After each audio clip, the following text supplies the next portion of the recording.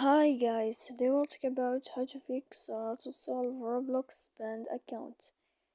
To know how to fix or how to solve a Roblox banned account, you should just go to settings. After that we click apps, default apps, app settings.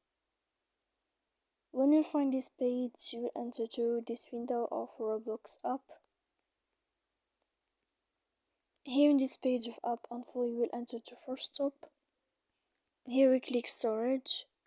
After that we click clear cache, and in the end you can turn off your Wi-Fi. And don't forget, don't click here clear data, because that's can make you or can give you a lot of problem on your phone. So please don't forget to support us by like and subscribe.